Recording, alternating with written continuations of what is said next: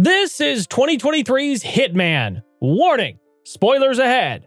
Our story starts off with Gary, who's giving a philosophy lesson at the school he teaches at, and it turns out that he has only one student who's really picking up what he's putting down. His enthusiasm is wasted on the youth, who make fun of the Honda Civic he drives, and after work, Gary drives that exact Honda Civic home to mix seeds, take care of his plants, and feed his cats before sitting down to eat alone. Now, Gary is about as boring as a person can be, aside from the casual fact that he's working with the police since he's so good at technological fixes. He's got one crazy thing going for him, but that's enough to float his boat until he dies.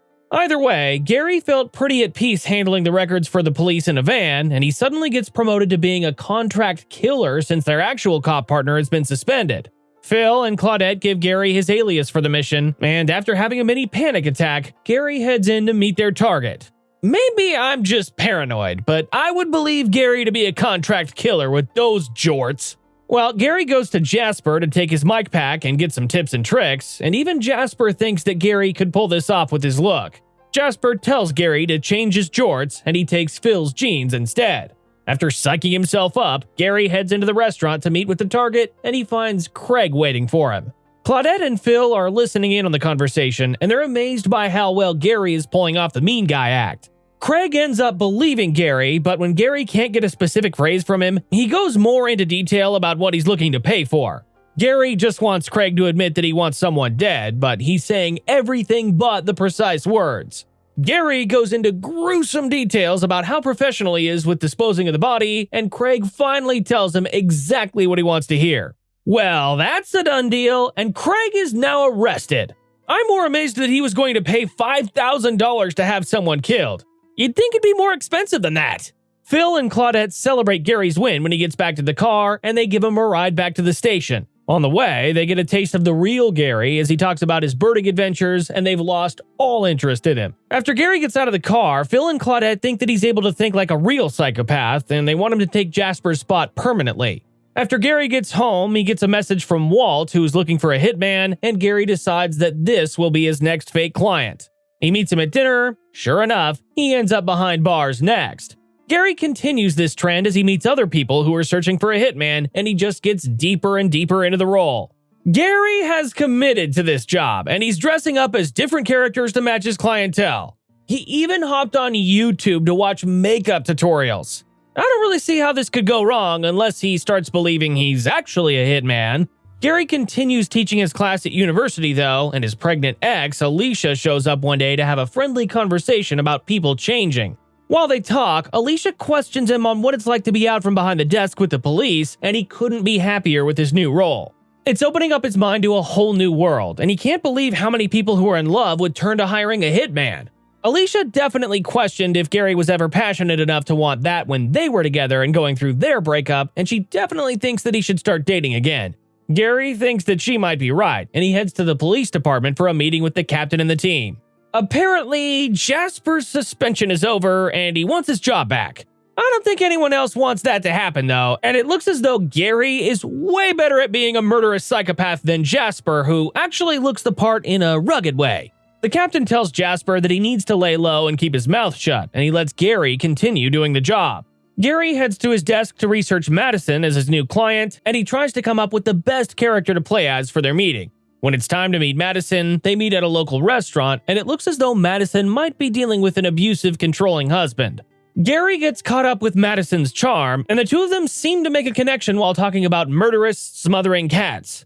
Eventually, Madison remembers why she came there, but the more they talk about the situation, the softer Gary gets with her. Suddenly, Madison gets a call from her husband, and she tries to rush out before finishing things. Gary decides to give her some advice, and he tells her to just run with the money to make a new life. And here is where the real story begins. Of course, basic Gary would develop a soft spot for someone who is in one of the shadiest lines of work. After Madison leaves, Gary gets a call from the people at the station, and Jasper lays into Gary for letting Madison go. Phil and Claudette are in love with Gary's new alter ego, though, and they think Gary is doing great. Later, Gary heads to court to deal with trials for the people he's put away, and after that, he goes back to putting more people away for hiring a hitman. That night, Gary gets a text from Madison, who thinks she's talking to Ron, and she invites him to a puppy adoption event in the park. While there, Gary finds out that Madison took his advice and she's getting a divorce and moved out already. That night, the two of them go out for drinks and she can't believe that he's a hitman. She actually thinks Gary isn't a hitman because she couldn't find him on Google. What kind of a hitman would put his ad out there on Google? That kind of defeats the purpose. Gary convinces her that he is the real deal, but she gets a little turned off when he talks about killing people. She brings the conversation back to what Ron is like away from work, and Gary ends up describing himself as he shows he actually craves being unmemorable and not sticking out. It turns out that Madison is really attracted to Gary instead of Ron, but he's still playing the part. The two of them end up going back to Madison's place, and they get it on. Multiple times. In the morning, Madison tells Gary that this is exactly what she wanted, and he couldn't agree more. Madison really wants to see Gary again, but he thinks that things are more complicated than that. He's not wrong considering the job. He really pulls out rules for her, and basically he makes it so that he never has to divulge any personal info. He basically gets a friends with benefits who wants him to come over at all times of the day. And who would have guessed that Gary would have been capable of this? Later, Gary goes to school to teach about Freud's id and ego, and he starts connecting his own urges and pursuits to the lesson. Gary continues meeting Madison at her place, and they enjoy connecting physically and emotionally without progressing their relationship. Meanwhile, Gary continues delving deeper into his characters while meeting people as a hitman, and during one of the trials, Gary gets put on the spot for entrapment. At the trial, Gary is put on the spot for putting too much thought into his job, and he decides to become Ron for a second so he stands up for himself. Then Gary heads to Madison's place for some more festivities, but now Madison has the idea of leaving their love nest. First of all, she pulls out a weapon for him to teach her how to shoot, and that somehow turns into a range date, smoking in an alley, and dancing at a club. Gary has the good fortune of no one looking for him because he's boring old Gary, but if someone spots him, I think that'll pretty much be game over. Oh damn, the husband Ray is there. This just got more interesting. Oh, now Gary is pulling his weapon out on Ray. In his defense, Ray is probably the biggest jerk out there who won't take no for an answer. Madison is extremely turned on by Gary's actions, and they take a ride to a local burger joint for ice cream. Gary can't help but think that Ray and Madison are looking at their divorce in different ways, and he questions if Madison is really divorced. He wonders what his chances are of them all being at the same club, but suddenly Jasper shows up and makes his own awkward introduction without blowing Gary's cover. The next day, Gary shows up for another sting, but this time he doesn't have time to research his perp. When he heads inside the restaurant, he finds Ray, and he manages to keep his identity secret by sitting behind him. It turns out that Ray wants Madison dead, and he wants Gary dead as well. It turns out that she's not really divorced yet, even though she reassured Gary that she was, so that's a red flag right there. Now I don't know who the victim is anymore, and Gary doesn't seem to know either. Gary does the most unprofessional thing and freaks him out. Now Ray is going to take care of things on his own. When Gary gets back to his car, Jasper decides to talk to him about the other night, and Gary tries to play it off like he only ran into her that night. He heads to Madison's place to tell her what just went down, but she's not too worried about Ray on his own. The next day, Gary heads to the university to deal with his students, and his students seem to think that he's not the same stiff that he was in the beginning. Things take a real turn when Gary heads to the station and finds out that Ray's body was found dead, and now the department wants to ID the new boyfriend Madison was seen at the club with the other night. Just an FYI, that's Gary. Of course, Jasper decides to take the lead on this and drags Gary along. Why wouldn't he? The two of them head to the club, and Jasper reveals that he already knows that Gary is the new boyfriend. Jasper has done his homework, and he's pushing the right buttons now. He tries to play it off like he's friends with Gary, and he assures him that he'll find something more valuable. After that, Gary goes back to Madison's place, and he questions her about Ray. Now, she's curious as to how he knows about it, but she goes back to playing the widow in the end. She asks Gary if he had anything to do with this, and Gary makes it plainly clear that he didn't. Suddenly, Madison admits to killing Ray, and Gary loses his composure.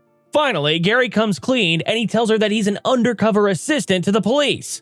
Just then, Claudette calls Gary and tells him to get back to the station because there's a new development on the case. My money is on Jasper. He just looks like the shady piece of crap who would do this to get back on top. Once at the station, Gary finds out that Madison is the #1 suspect, and Gary tries to divert the situation. Jasper thinks that they should use Gary's cover as a hitman as a way to get a confession out of Madison. So they plan to put a mic on Gary, and they take him to Madison's place to hopefully get a confession out of her. Jasper rides with Gary to keep an eye on him, but when Gary goes into Madison's place, he gets her to play along with his act perfectly while using his phone as a way to give her memos. By the time Gary is done putting on a show with Madison, he heads back to the van where everyone looks convinced of her innocence and everyone seems to put the questioning to rest. Later that night, Gary heads to Madison's to check in, but Jasper is already there waiting for him. Oh my god! Apparently, Jasper is actually a good detective, it turns out. I can't tell what Jasper's angle is. It turns out that Jasper is in this for a portion of the insurance policy money to keep his mouth shut. A portion of $1 million is still a lot of money. Jasper admits that he's been following both of them for a while, and he has enough evidence to put both of them away for a long time. Suddenly, Jasper starts feeling a little woozy, and he eventually collapses on the floor. Well, Gary might not be anything close to a hitman, but Madison is a little murderous. Jasper might not be dead, actually. She just super drugged him. She still has one murder on her belt, though. That's definitely more than most. It looks like Gary is fully committing to this relationship and situation, though, so at least they'll be in this together. Gary and Madison get their story straight, and Gary finally opens up about being in love with Madison.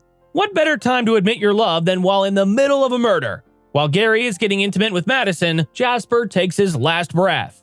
That's the end of that. Later on, Gary is teaching in a different classroom, and he seems to have a new outlook on life. After class, Gary talks to his daughter, and Madison is talking with the teacher. Where did this kid come from? Wait, there's more kids!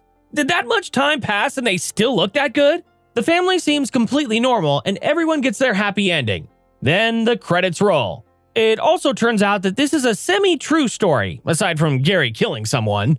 Thank you for watching, and I hope you enjoyed the video. Don't forget to like and subscribe for more like this one. Comment what you think I should watch next, and I'll see you in the next video.